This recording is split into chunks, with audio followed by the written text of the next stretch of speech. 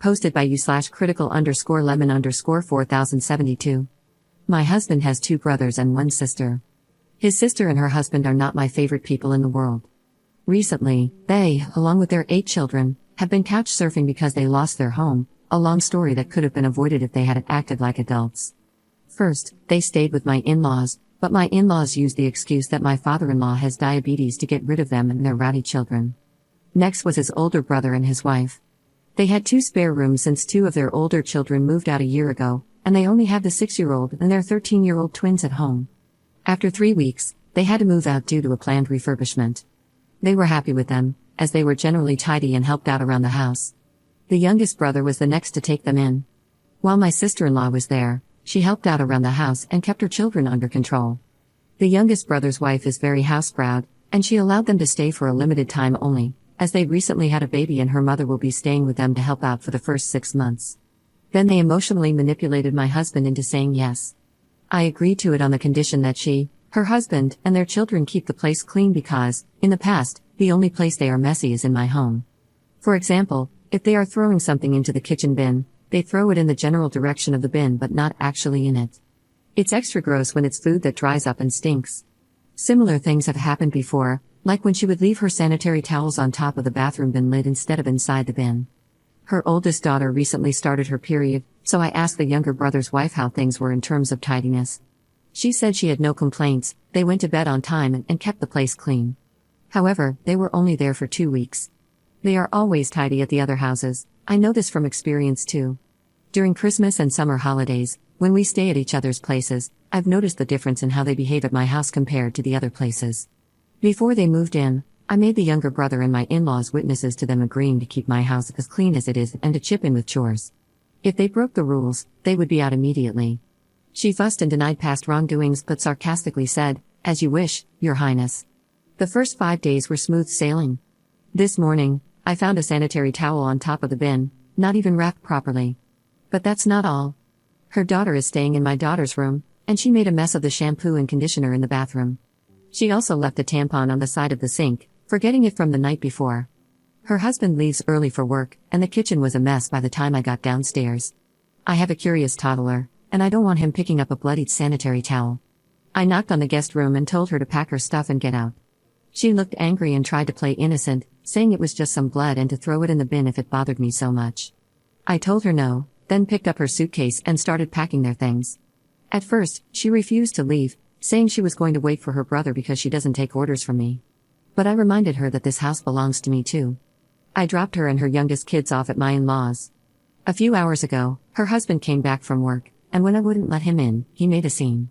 He went to my in-laws, but they don't want them there due to my father-in-law's illness. When my husband returned from work, my in-laws showed up in our driveway with her and her family within 20 minutes. They are still standing outside, squabbling about being let in.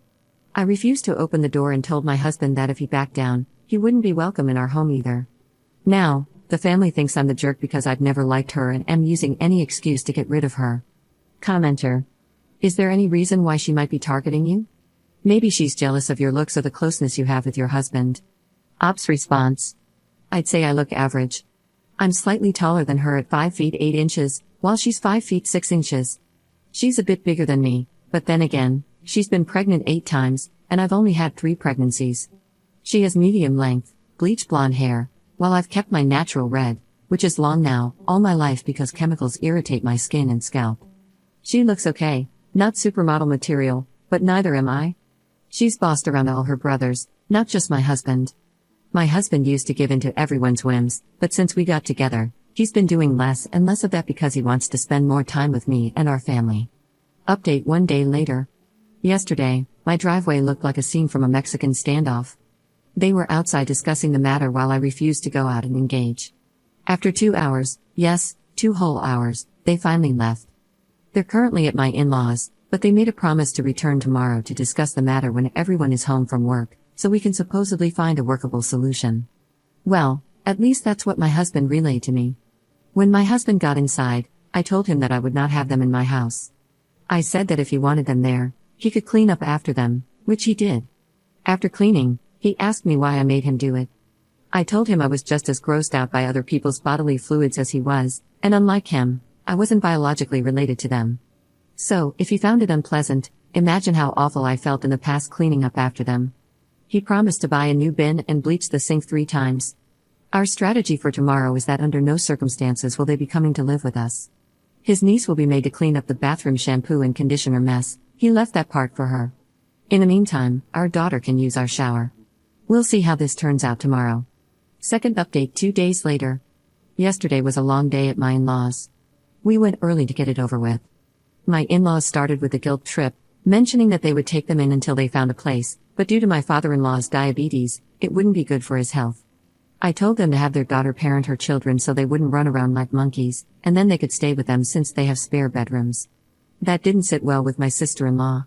She went on a tirade, claiming that I've always been jealous of her and that I was trying to drive a wedge between her and her brother. I told her she didn't like her own life, so the idea that I was jealous of her was a stretch that required suspending reality. She asked my husband if he was okay with me telling him what to do with his family, pointing out that he always stays out of my family's business. She told him to lay down the law and say that she and her family would stay as long as it took for them to find a new place. My husband wasn't having any of it. He told her that the house was mine just as much as his, and it was a 2 yes 1 no deal. Just because I'm a stay-at-home parent now didn't mean I hadn't contributed to buying the house when I was working. The younger brother and his wife said they couldn't host them either, as his mother-in-law was staying with them due to the baby. The older ones mentioned their ongoing refurbishments. Both the younger and older brothers' wives said I was exaggerating about the cleanliness, claiming she always kept her own house clean and their places clean as well. They told me to suck it up and act like family.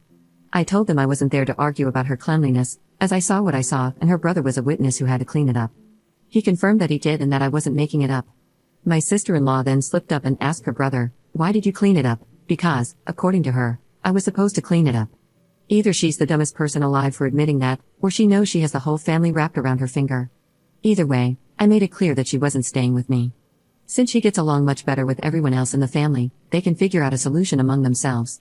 My husband told his niece that she was old enough to clean up the remaining mess, but she refused.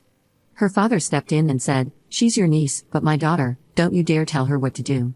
Things got heated between them, so they both had to walk it off. I then told her and her husband that the only reason my husband and I were there was to get reimbursed for the bin we had to throw out due to her leaving biohazards around the house. She laughed in my face and said it would never happen. I responded, "Fine. I hope you realize that when I threw you out, I didn't pack all your belongings." I still had her daughter's Switch, her husband's and the 2 younger ones' tablets, some of her jewelry, and a few other items, as it all happened so quickly that day. I told her all of it would be sold to recuperate my costs. We left, but she was yelling loudly about what she would do to me if I dared to sell anything. My husband has my back, and he said to go ahead and sell whatever I needed to. Later on, they kept texting my husband, asking him to do them one last favor by putting up with her for a few months until she got back on her feet. I told him that, no matter what, I wouldn't agree to let her, her slobby husband, and her horde of children back in. They also texted me, trying to guilt me by bringing up his niece's education. Without a place to stay close to her school, she might have to switch to another school if they end up getting a rental outside of the school zone. I texted back, "Tough luck," and blocked them. My husband won't block his parents, but he's pissed at his brothers for calling him selfish for not taking them in, considering they're going through a hard time. While they admitted it was gross, they excused her behavior by suggesting I might have aggravated it. To top it off, the oldest brother's wife left a voice message through her husband's number on my husband's WhatsApp. She said, "Get this, you're still okay to watch X's name, her 6-year-old, on Tuesdays and Wednesdays like usual, right?" I told him to respond, "Figure out what the answer to that request is." So, that's where we're at now. Commenter. Good for your husband for sticking up for you and backing you up. I can't believe the audacity of this family still expecting you to watch their child after all of this. Ops response. The sister-in-law isn't asking me to watch her child. It's the older brother's wife who wants me to continue watching her child as I've done until now. She works full-time and overtime on those days, but I no longer feel like helping her out. Third update 2 days later. I went to pick up my children and had to stay a little longer because a new family was moving to the area. The parents wanted to meet their children's classmates' parents, so we had a small meet and greet. While I was there, the office brought my husband's older brother's daughter, the 6-year-old, to me, as I'm usually the one who picks her up on Tuesdays and Wednesdays. No one had come to get her, and when her teacher saw me waiting in the hallway, she asked an office admin to bring her over, assuming I was just delayed due to the meeting with the new parents. I told them that I was no longer responsible for her on Tuesdays and Wednesdays. They took her back to the office, and I assumed they must have called her mother. When I returned home from the meet and greet, my husband told me that his parents had called him and expressed their anger about me abandoning their granddaughter. They also put his older brother's wife on the phone, which led to a shouting match between her and my husband. Even the sister-in-law I kicked out had a few things to say. It ended with my husband telling his parents they had lost the privilege of talking to him for a week, and he would only unblock them when they gave both him and me a sincere apology.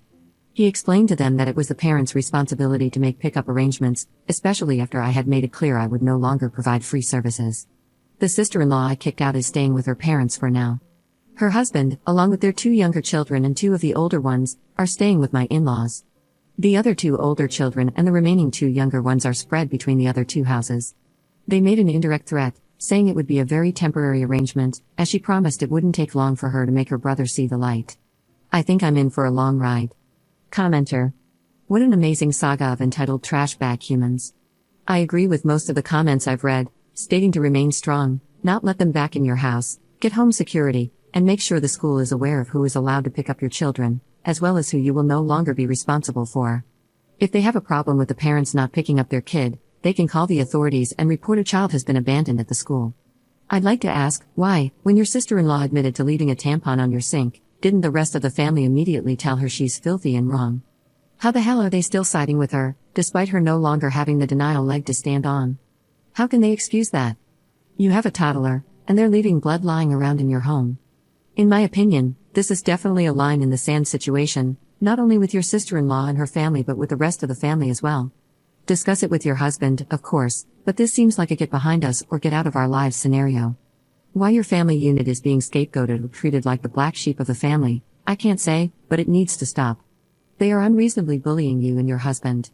Final thought, why does your sister-in-law think your husband would side with her instead of his wife? She seems weirdly confident she can get him to cave. Not accusing your husband of anything, just wondering. Op's response. After she admitted it, they still thought I must have done something to make her behave that way. Surely she wouldn't act like a pig in my house if I didn't deserve it, since she's always clean in their homes. As for the other question, my husband has been a pushover when it comes to his family. He was always the one they threw under the bus. He and his sister were close because he always helped her whenever she snapped her fingers. 4th update 5 days later. It's early in the morning, and I've only slept a few hours. I don't know if I'll be able to finish this in one sitting. On Friday, I dropped off my children at school, and the older brother's wife was there at drop-off time. She followed me, and when I stopped to pick up a few things, she confronted me in the store parking lot. She was apologetic and wanted to make amends, but I wasn't having any of it. She said she was desperate because if she missed one more week of overtime, she would lose the project, as she's the lead and has to stay there to supervise. Her husband can't change his hours, so it has to be her who picks up their 6-year-old. She also said it wasn't fair to hold a grudge against her child for a passing comment she made. I told her it wasn't a passing comment, she had laid the blame on me for our sister-in-law leaving biohazards in my home.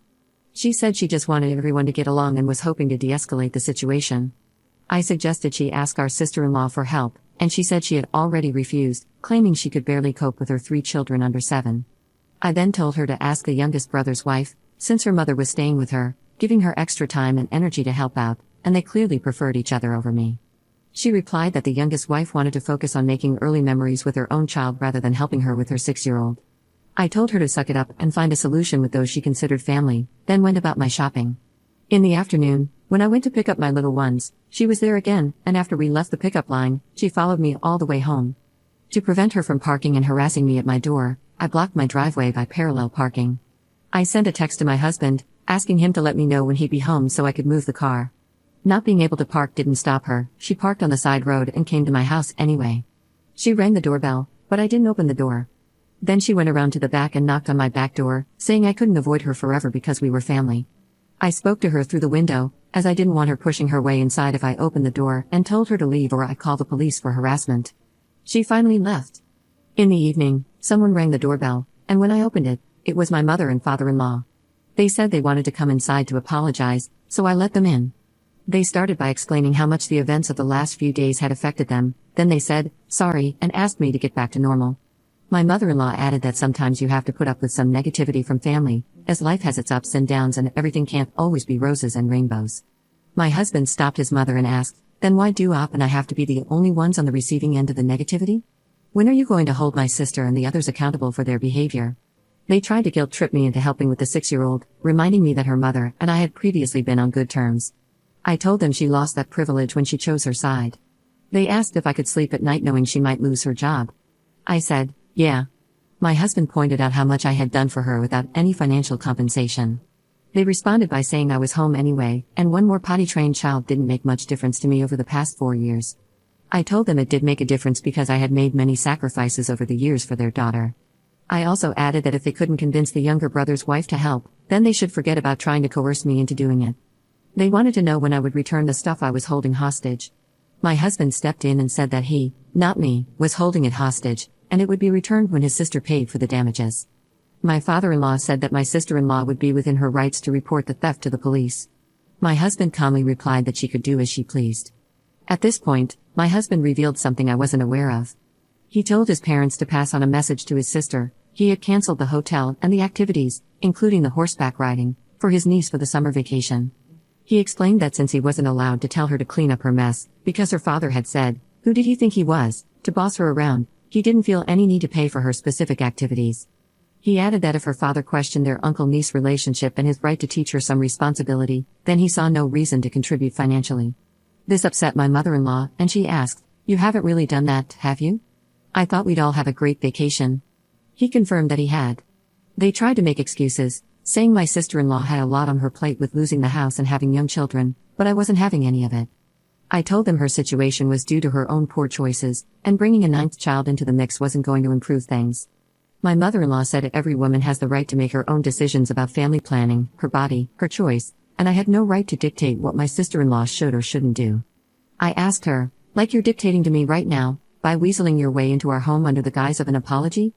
She said it was different, that she wasn't telling me to have more or fewer children, as she loved grandchildren, the more, the merrier.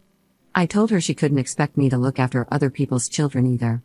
The less stress I have, the merrier I am, it also falls under my body and my choice. They turned to my husband and asked if he was really putting them through all of this just because we had decided to be less amiable over something they considered silly. He replied that scrubbing down the 2 bathrooms after his niece and sister wasn't exactly the highlight of his life. As they continued making excuses and lamenting over us not joining the family holiday, and by canceling his sister's holiday, which they said was ruining the mood for everyone, we politely told them it was time to leave. On Saturday morning, we were woken up by someone frantically knocking on the door and ringing the doorbell. It was my sister-in-law and her eldest son. My husband told me he would handle it. When he opened the door, she tried to push her way in, but my husband blocked her. She was shouting, demanding to come inside so she could knock some sense into me. She threw $300 in my husband's face and yelled, "Is she happy now, that cradle-snatching BTCH?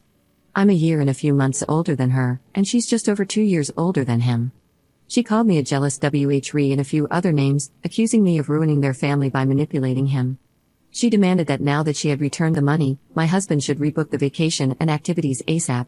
He told her it wouldn't happen, even if hell froze over. He asked her to wait outside while he grabbed something. He went inside, packed their belongings in a bag, except for one of the tablets he had bought and was still paying insurance on. When he opened the door, he threw the bag at her. She cursed at him, telling him to grow up and threatening to report him for damaging her stuff.